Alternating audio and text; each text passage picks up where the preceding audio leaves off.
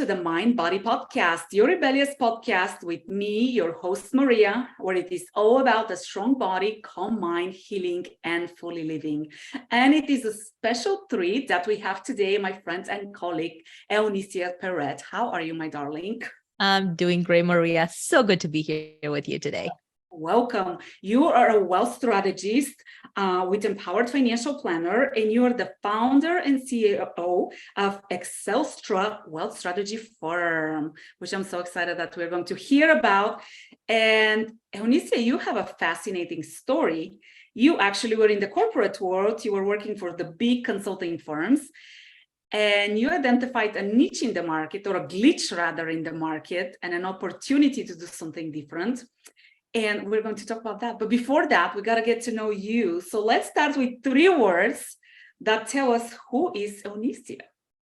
Oh my goodness, though that's a hard one, but let's have some fun with it. 3 words: tenacious. I would say strong-headed, but that's 2 words. Take that. What was that? We will take that. We'll take that. Okay, so tenacious, strong-headed, and passionate. I don't give up easily. I especially don't give up when I know that that we're onto something, or that we need to get to the bottom of what is the right answer. Because oftentimes, as individuals, we're paralyzed by 1,001 different permutations or answers to any one given question. And depending on which answer we choose, sometimes it can be good, sometimes it can be bad, sometimes it can be neutral. But the idea is we need to find the ideal. So that's me a little bit there. And then I'm very passionate about making sure that we do what we need to get done, not just for ourselves, but very importantly for our clients, because frankly, that's what keeps the world going.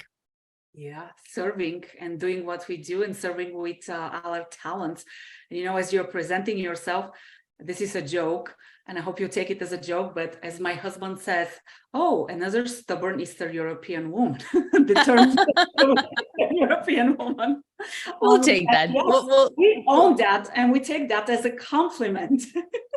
We'll take it as a compliment any day. The reality is that I love strong women, and the beautiful thing is that Eastern European women are strong, and not just because we were born in Eastern Europe, but Lord knows we were dealt with some things that we had to overcome, and it was make it or break it, right?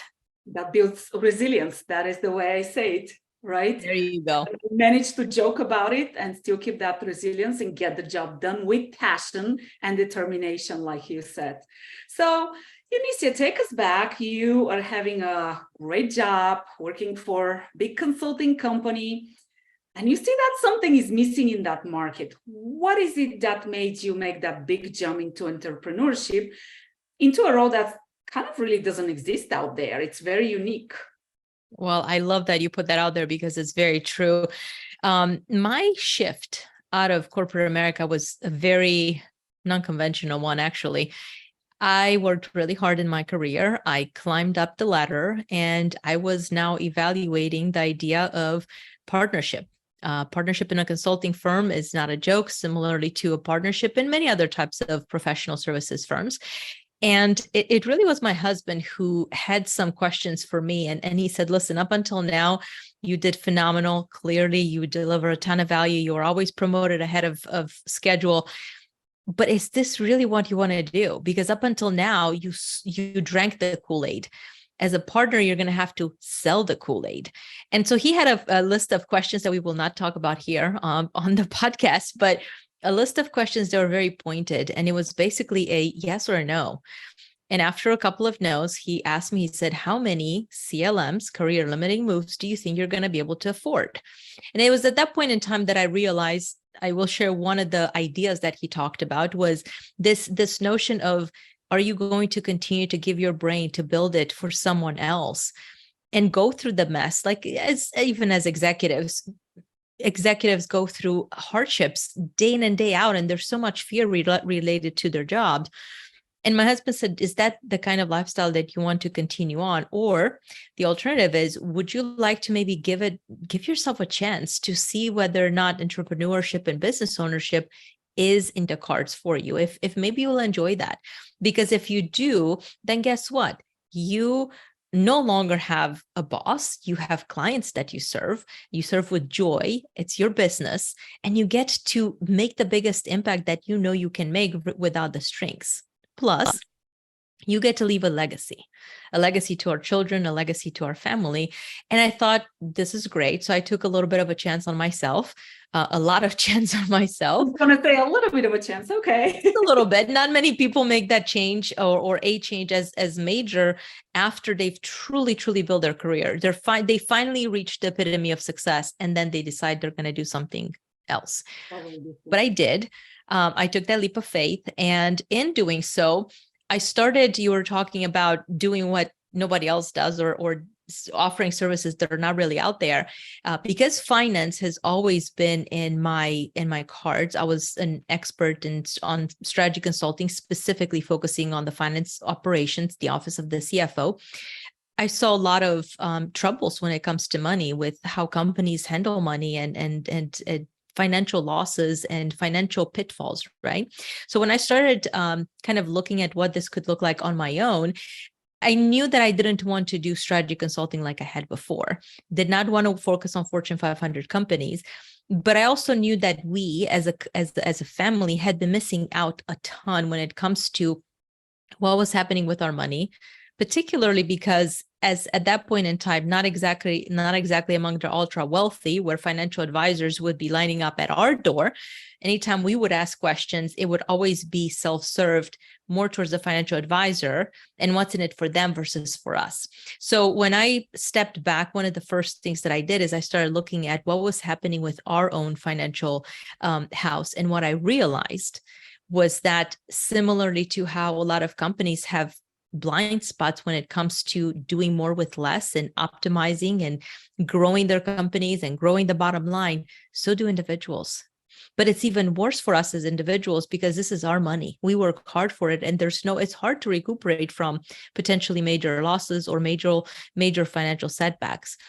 And so I dug my heels, started looking at what was happening with the industry of financial services, how clients and individuals were provided services, and really focusing on identifying the blind spots.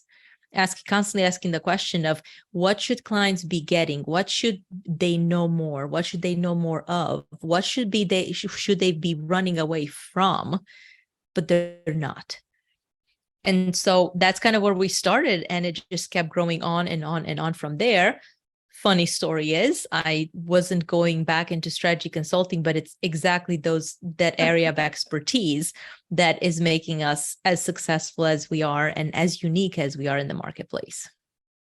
And Eunicia, I'm smiling because I'm in a totally different, I used to be in the finance area. I made one of those non-conventional moves into the wellness world.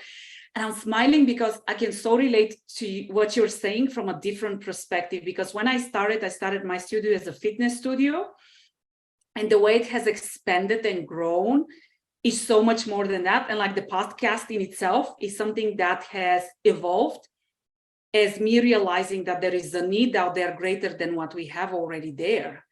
And what fuels me as an entrepreneur, and as I seeing the change in my clients, which I'm sure you're experiencing that from a financial perspective, and financial wealth is one of the pillars of wellness, right? If our financial wealth and health is not there, it causes us a lot of well-being type of issues, can't sleep, worry, and all of that. It's truly phenomenal to see how, when you identify those niches, when you stay open to the opportunities, right? You said, I don't want to go there. And it's like, well, let's explore. It's amazing what you find there, and how you can build something completely unique that stands out from the market. And then you offer a different solution, something that people don't really even think about that they need, right? Until they discover you. And a lot of my clients say, how come nobody teaches us that? And I think you probably hear a lot of, I'm just guessing, you probably hear a lot of that too. Absolutely. That's one of the things that not only differentiates us, but for example, just earlier today, I was on a call with the financial advisor, and he said, Eunicia, I just love what you do, because you're truly, at the end of the day, empowering your clients to make decisions in a way where historically it's been in a vacuum, right? They listen to one individual here or somebody else there, and they end up in many cases maybe being okay, but there's a huge difference between okay and being excellent at where we end up, in the shorter or in the longer term. And so you made a point about the being open to ideas, being open to new opportunities. Honestly, there are a lot of individuals that might be listening that are wondering how in the world did these two crazy Eastern European ladies, they took these non-conventional exits, right?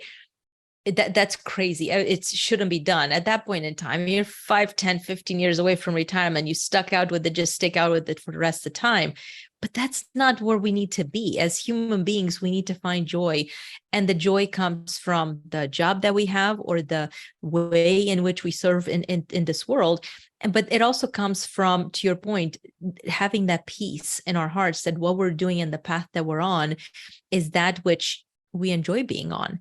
And when it comes to money, there are way too many individuals, super wealthy and really not that wealthy alike, that lose sleep at night in various ways and for various reasons, but in unison over money. And my philosophy is that that should not happen. And it doesn't happen as long as we have our own path created in a way that resonates with who we are and with how we show up in the world.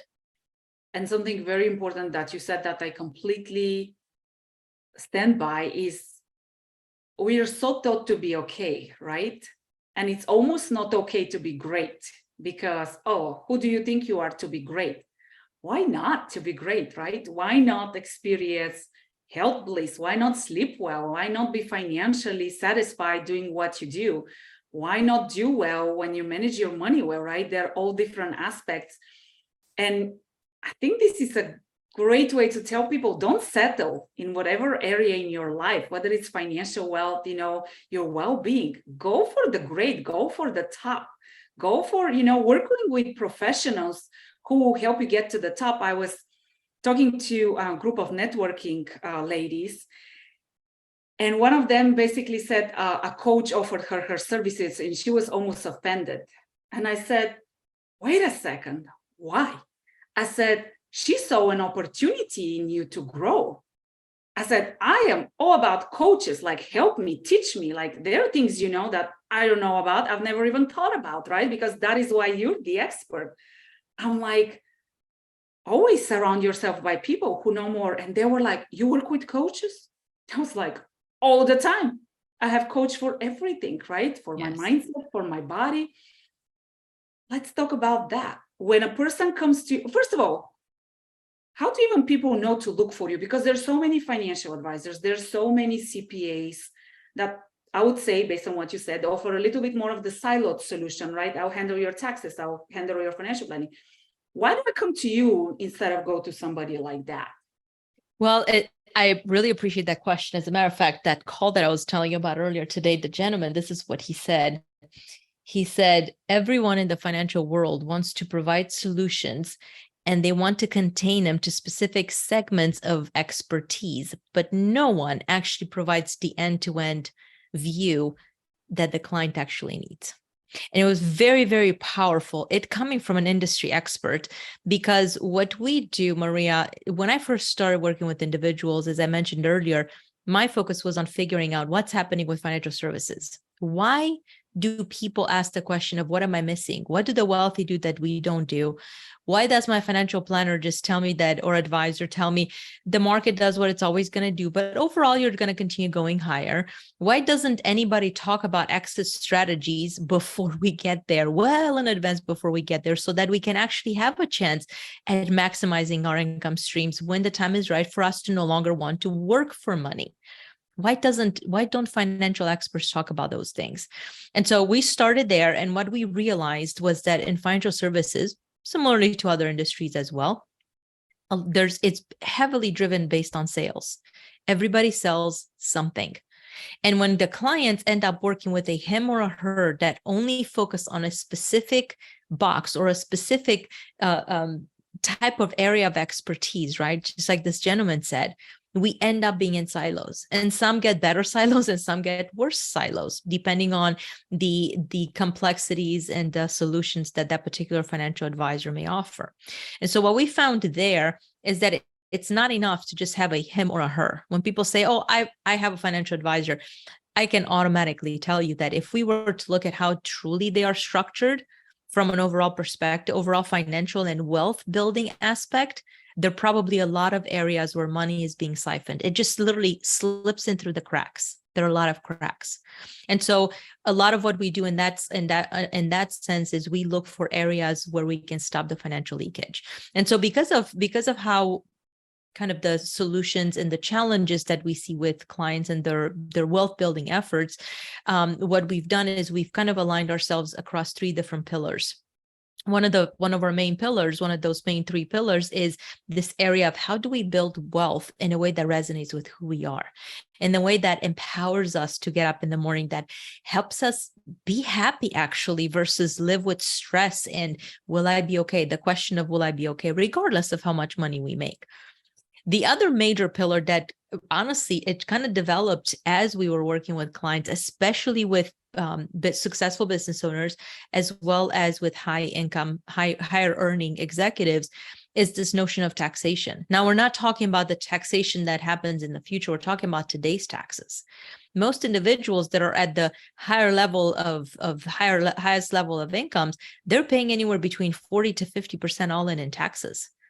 And they're asking themselves the question of what can I do to minimize that? We're not talking about tax evasion, by the way. We're talking about truly being able to leverage the tax code. But the challenge is the CPA industry and the tax industry, tax preparation industry, they don't focus on strategies that are focused on taxes. They're more focused on tax filing. So not tax planning, but tax filing. And even the few people that will say we do tax planning, when we talk to them, what ends up happening is they quote the same 10 things or 20 or 15 things or whatever it is that you can find on Google. Mm-hmm. But again, the wealthy don't exactly go to what you find on Google. There are specific strategies that are not available. You can Google them all you want. You're not going to find anything behind them because they're reserved for the very few. And so what we did in that area is we've surrounded ourselves with experts to say, okay, we have got to be able to help our clients figure out what that looks like. So we're not in competition with CPAs. We want to work with CPAs, with our client CPAs that are open-minded. What we find is that about 97 to 99% of the CPAs, let's say 95, are not very open-minded. They just want to do the taxes and be done.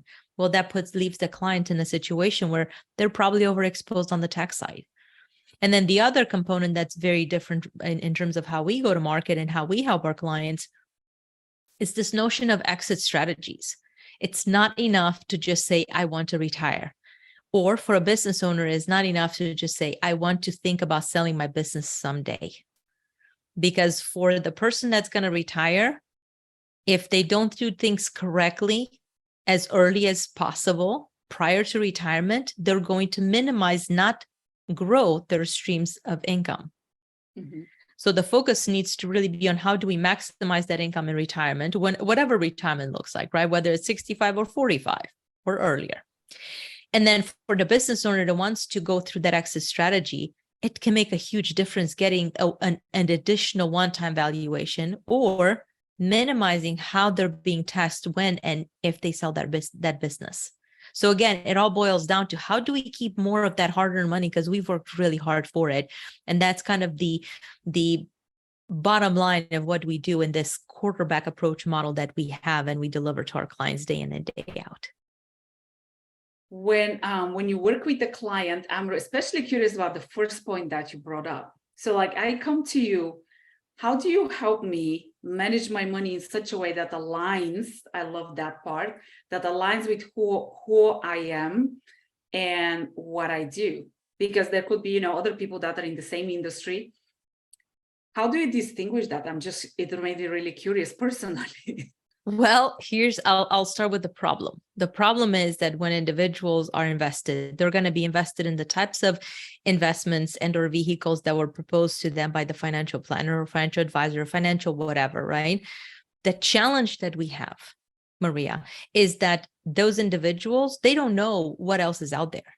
And if they do know that there are other options out there, who do you trust? Who do you trust, especially in your financial planner? Hopefully, but but the reality is, people will say, I can't stand losing money to the market. Well, how much of your money is in the market? So somebody, for example, at 65 years of age, and they're 86 to 90% all in the market, but they tell me that they can't stand looking at their statements for the fear of seeing losses. Why does the financial planner or advisor tell them that it's perfectly okay when they would have liked to retire 5 years ago?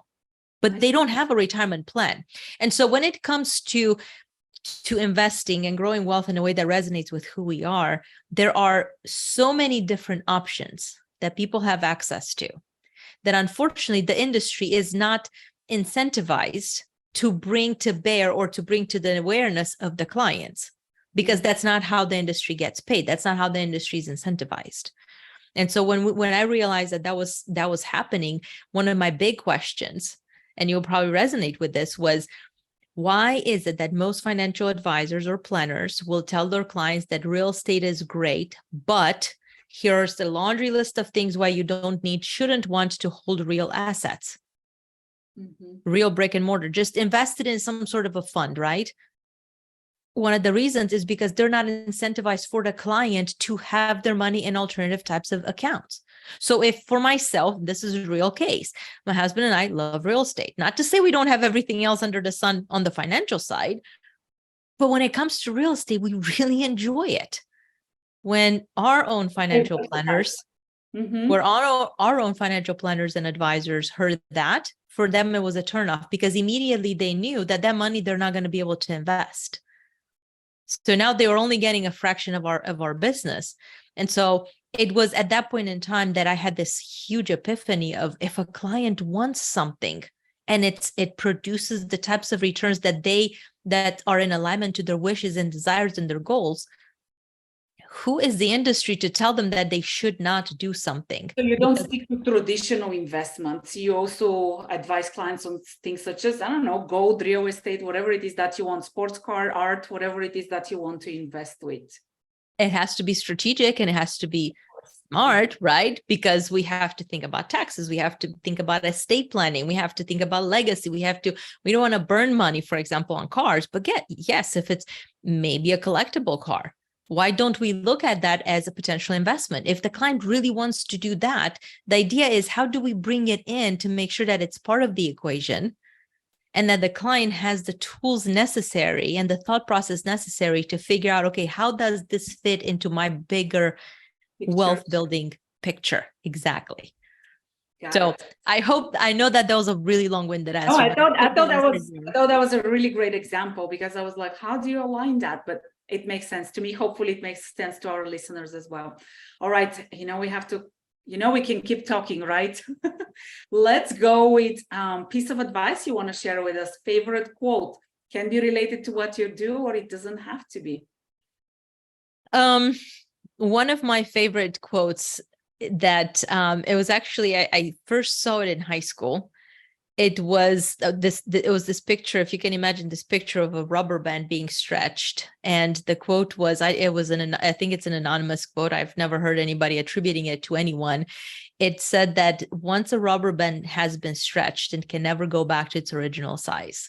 And that's what we give to our clients every day. That's one of the things that makes me so passionate about what we do, because once our clients have a chance to understand that they have options, it's just amazing. Their questions go from a fairly baseline level to continuing to increase year over year. And it's just such a beautiful journey to see, because in alignment with that, once again, once the rubber band has been stretched and it will never go back to its original size, once we know the different things that we can do in life in general, we don't have to revert back to mediocrity.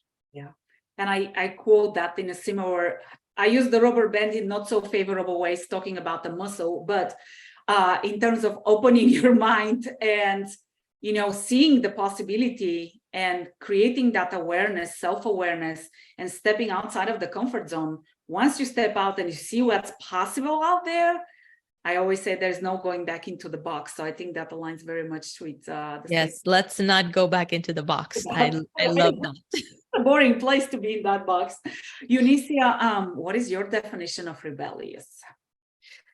My definition of rebellious is in the context of what we do, ask a lot of questions. And if you don't feel deep down that those questions have been satisfied or that you have additional questions, it's time for you to take matters into your own hands and ask questions of someone else, because chances are you've exhausted the answers you're going to get.